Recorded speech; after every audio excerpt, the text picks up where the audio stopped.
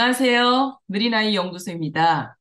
요즘에 우리 아이들 감정 조절 또는 감정 처리하는 방법에 대해서 질문이 많으셔서 간단한 팁을 한번 알려드릴까 합니다. 우리 아이들이 감정을 처리하고 조절하고 이러한 방법을 가장 먼저 배우는 곳이 아마 부모님이실 거예요. 예를 들어서 지금 우리 어머님이 무척 화가 나셨는데 이럴 때 어떻게 처리하세요? 어떤 분은 화가 나서 소리 지르기도 하고 짜증을 내시기도 하시고 위협적인 행동으로 탁자를 쾅 두드리기도 하시고 문을 쾅쾅 닫으실 수도 있으실 거예요. 물론 그렇지 않은 분들도 계시죠. 그런데 어머님이 너무 화가 나서 하는 이 행동과 말들이 의도하지 않았지만 우리 자녀들이, 우리 아이들이 그대로 가져간다는 거예요. 왜냐하면 이것이 한 번만 있는 일이 아니고 반복이 되잖아요. 가정에서 이러한 일들이 여러 번 반복이 되기 때문에 아이들은 화가 날 때 저렇게 해야 되는 건가 보다. 저런 게 화나는 모습인가 봐. 이렇게 하고 배울 수가 있습니다. 그것이 간접적으로 한 번, 두 번, 여러 번 반복되면서 자기도 모르게 아이가 그것을 어떤 학습된 행동이나 습관처럼 그것을 가져간다는 거예요.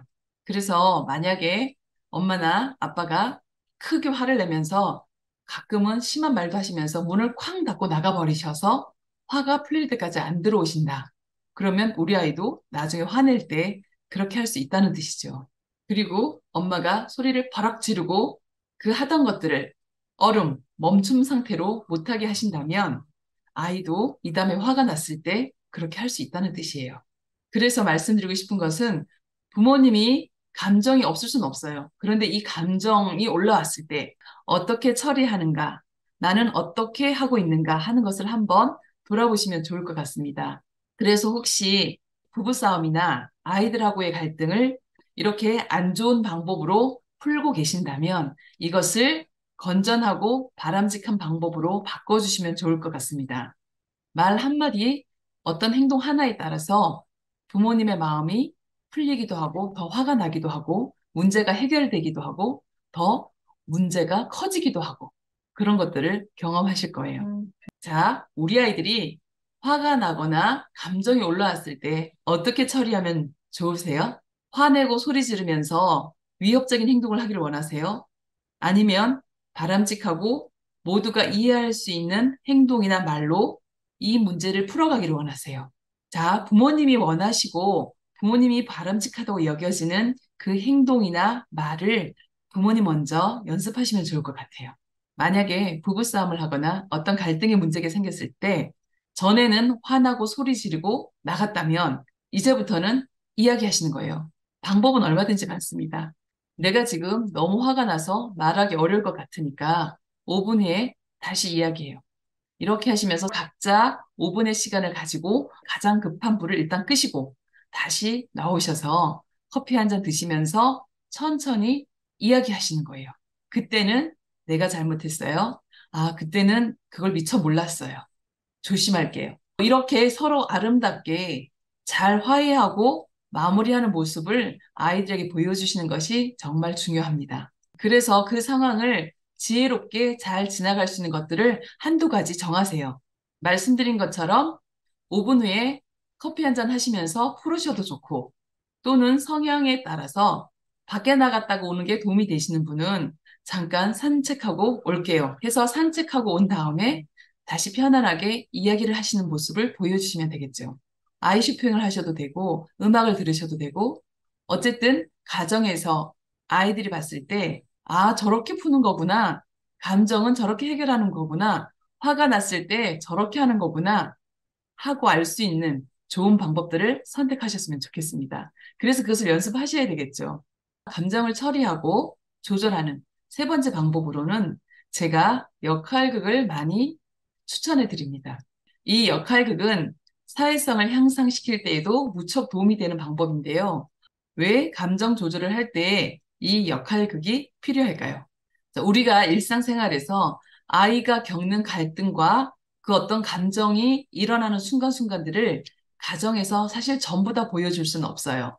왜냐하면 아이가 밖에 나가서 친구들하고 또는 마트에서 다른 장소에서 그런 감정의 어떤 폭발들이 일어나는 경우가 정말 많거든요. 그렇다면 가정 외에 밖에서 일어나는 이 상황들을 잘 처리할 수 있도록 도와주기 위해서 가정에서 직접 그 현장과 그 상황들을 연습해 보시는 거예요. 예를 들면 놀이터에 갔더니 새로운 장난감을 가지고 온 친구가 있어요. 그런데 우리 아이가 그 장난감이 갖고 싶어서 그냥 가지고 오는 거예요. 그러니까 친구하고 싸움이 생기겠죠. 다툼이 생기겠죠. 이렇게 간단한 상황이 펼쳐졌을 때 아이는 울고 뺏겼다고 소리 지르고 화내고 뒤집어지고 아마 이럴 수 있을 거예요. 이러한 일이 자꾸 반복이 된다 하시면 이 상황을 집으로 가져오시는 거예요. 그래서 엄마, 아빠, 뭐 언니, 동생 이렇게 가족들끼리 역할 놀이를 하시는 거예요. 그래서 그 비슷한 상황을 엄마, 아빠가 연출하시고 나는 누구 역할, 너는 친구 역할, 너는 장난감 새로 가지고 있던 아이 역할. 그렇게 해서 집에서 어떤 장난감을 가지고 엄마, 아빠가 그렇게 뺏거나 도망가는 역할들을 하시는 거죠. 그 다음에 처리하는 방법이 무척 중요하겠죠. 너 그거 내 거야, 내놔 이러는데 싫어, 내 맘이야. 도망을 갈 수도 있고, 야, 그거 줘 하면 알았어 하고 마지못해 줄 수도 있을 거예요. 어느 정도 상황을 이해하고 말을 알아듣거나 인지가 되는 아이라면 좋은 사례 1번, 나쁜 사례 2번 이렇게 해서 두 가지 상황을 보여주시고 어떤 모습이 더 좋아? 선택하게 하셔도 돼요. 그래서 아이가 잘 선택하면 그 방법을 우리 한번 같이 연습해 보자 해서 집에서 그 상황을 수시로 만들어 주시고 그 상황에 맞는 말과 행동 그리고 대처하는 방법을 계속 알려주시는 거예요.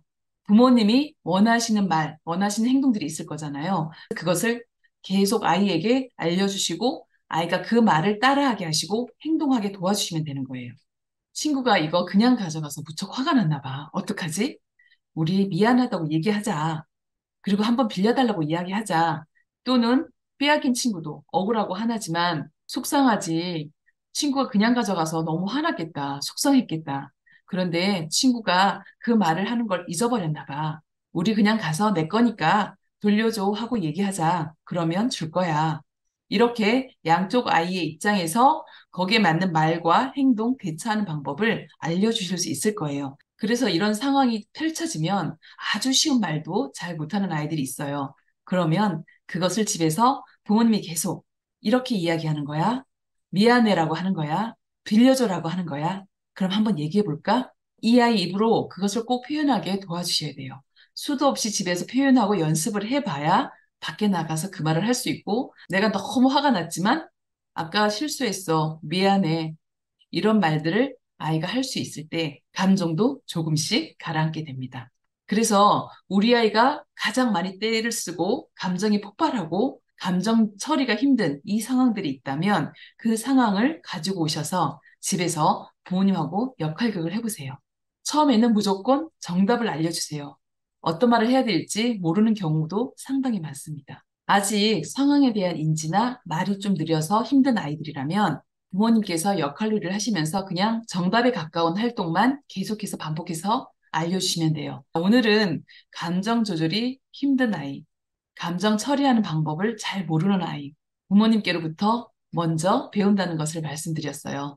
부모님께서 먼저 바람직한 방법으로 감정을 잘 풀어나가는 것들을 아이에게 계속 보여주시고 또 집에서 다 보여줄 수 없는 경우에는 역할놀이를 통해서 아이가 그 다양한 상황에 맞춰서 말하고 행동하고 올바르게 대처할 수 있도록 알려주시면 좋을 것 같습니다. 주말 오후에 잠깐 알려드리면 좋을 것 같아서 말씀드렸고요. 남은 주말 잘 보내시기 바랍니다. 감사합니다.